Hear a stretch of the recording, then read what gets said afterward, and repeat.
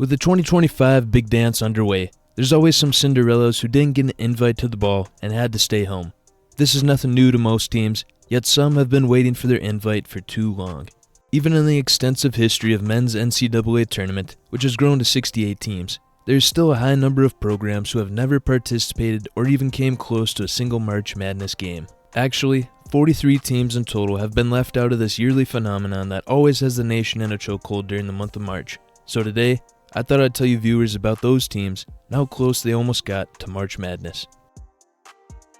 Now, the previously mentioned total of 43 teams is a little off, mainly because 9 of those teams are not actually eligible for March Madness as they're still transitioning to D1, with these 9 teams being East Texas A&M, Lamont, Lindenwood, Mercyhurst, Queens, Southern Indiana, Stonehill, St. Thomas, and West Georgia, so the eligible teams to never go dancing is left at 34. And to note, some recent teams had to wait 4 years to transition, while others didn't have to, so that's why some teams will seem lower than their total actual years playing D1. I want to start with the teams who only have 1 year of eligibility, as the 24-25 season was their first opportunity. These 3 would be Bellarmine, Tarleton State, and Utah Tech. Bellarmine had some controversy during one of their years of ineligibility, as in 2022, they won the Atlantic Sun Conference tournament. Yet, Jacksonville State was the team to represent the conference in March.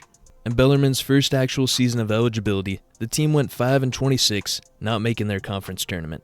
Tarleton State did fare better than Bellarmine in that they finished 12-20 and has a 6th seed in the WAC. Their fate ended in the quarterfinals against California Baptist, but Tarleton did lead towards the end. The other WAC team, Utah Tech, suffered a similar season to Bellarmine, a rough 7-26 record, and finished as a 9th seed in the conference tourney. The Trailblazers did, however, win their first game of the tourney against Southern Utah, but got smoked by Utah Valley next round. The next team with 2 years of eligibility is Merrimack College.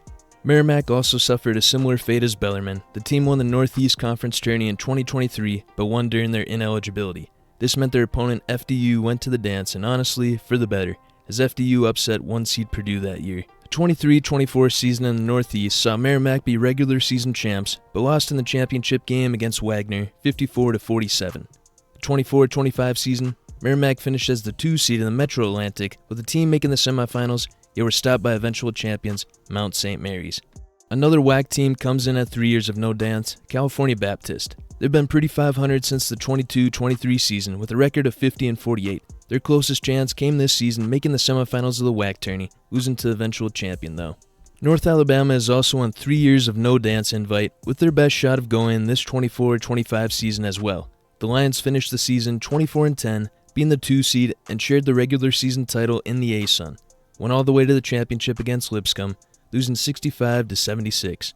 8 years of sitting at home goes to Incarnate Word and UMass Lowell. The Cardinals of Incarnate Word have not been great these 8 seasons, a total record of 74-165, meaning Incarnate Word has only made the Southland Conference tournament 2 times in the 2021 and 24-25 seasons, with their best result being a quarterfinal appearance this past season.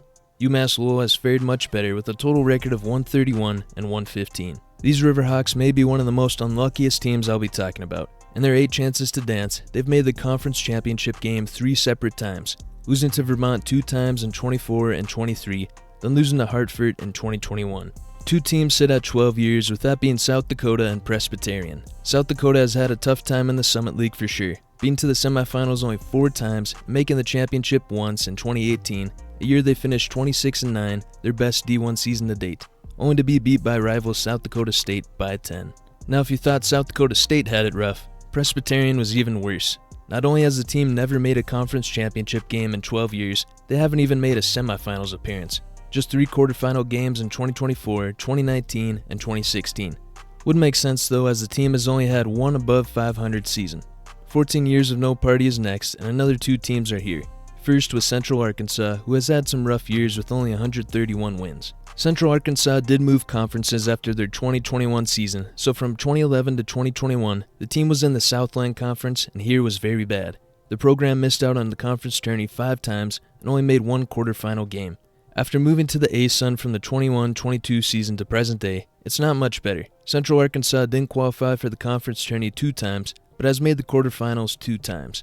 As for the other team, USC Upstate did the opposite move of Central Arkansas. Upstate was in the A-Sun from the 11-12 to 17-18 seasons, where they did do their worst, holding a 114-120 total record.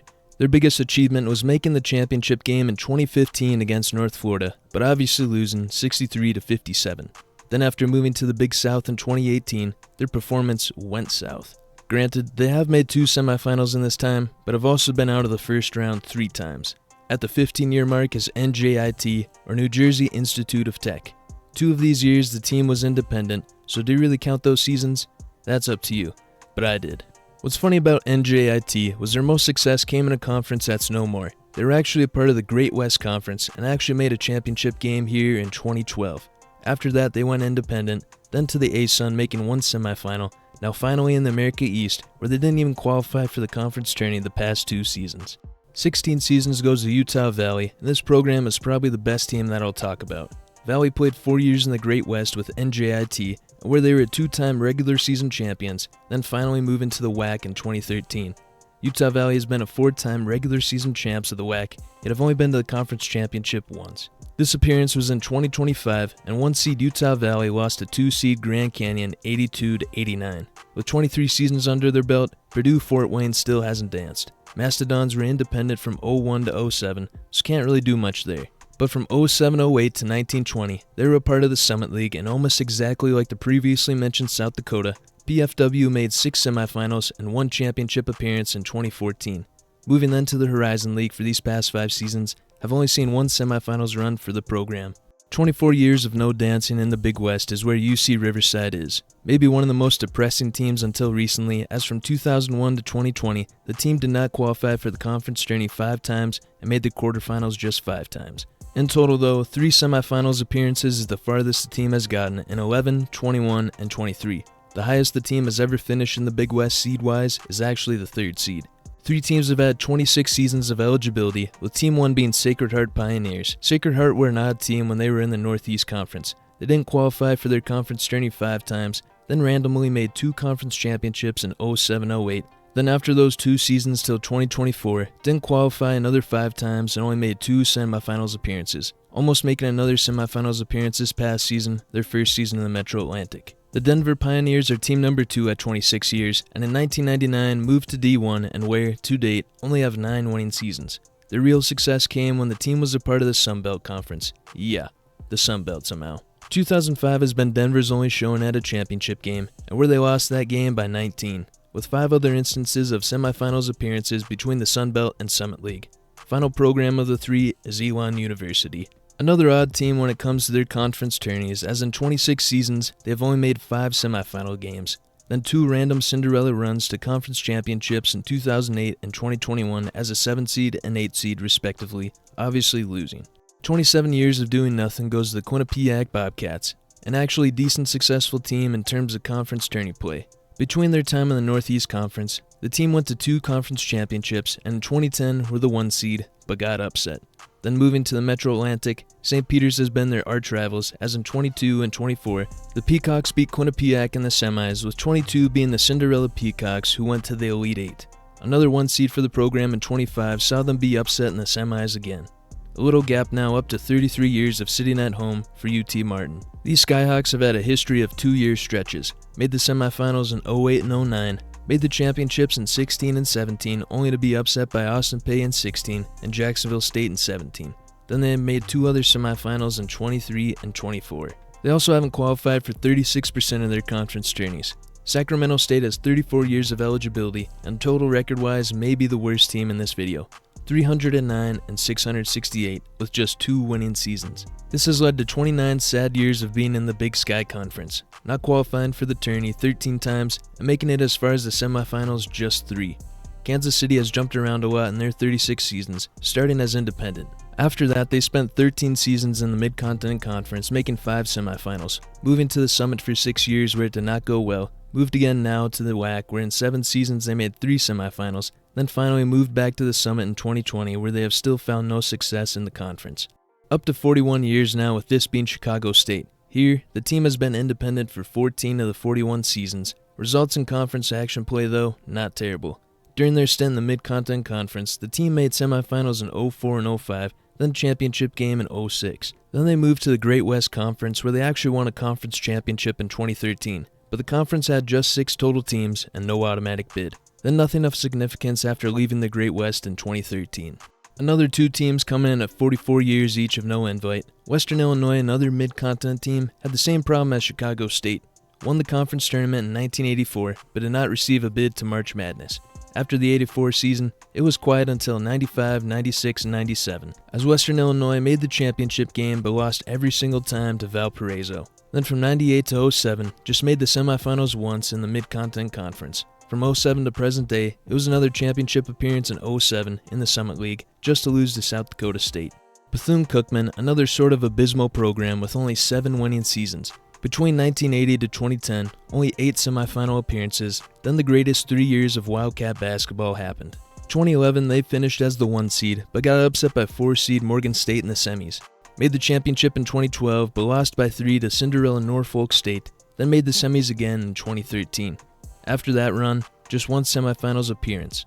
45 years is 2 teams again in college basketball, with 1 team being in Ohio. Youngstown State has been decently outright in every conference they have been in. Got the 2 championships in the Ohio Valley in 84-85, then another championship in 98 in the Mid-Continent.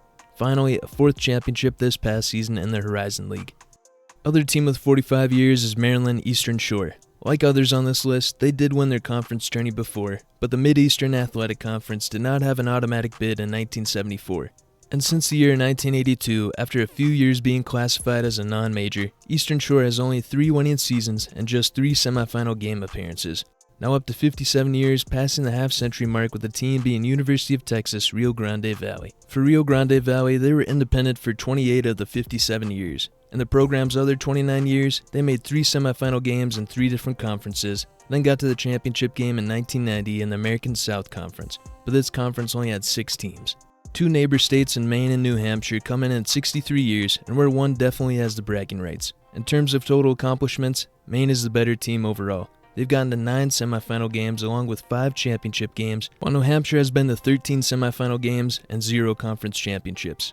Then finally, the 3 teams who have been eligible for every March Madness since 1939 and have still yet to go dancing to a single one. And these 3 teams being Army, the Citadel, and William and Mary. Team 1 being Army, and they, like previously mentioned Rio Grande Valley, were independent for almost half their eligible years, that being 41 out of 87. In conferences, the Black Knights have only made 10 semifinal games with a surprising 0 championship appearances. Army did actually qualify for the tourney in 1968, but Coach Bob Knight thought the team would fare better in the NIT. The last teams, the Citadel and William and Mary, are almost the complete opposite of each other. The Citadel has had a lackluster history of just 6 conference semifinals and 1 conference championship appearance to show, with that championship appearance over 60 years ago. William and Mary, on the other hand, have 27 semifinal appearances to go along with 9 conference championship appearances, all of those opportunities, not a single win. Now that's tough. I noticed a trend with all these teams. They usually stink or are in the middle of the pack teams. And when they do have a good season, those programs can just never seem to get over the hump. But who knows though when they can break their chain.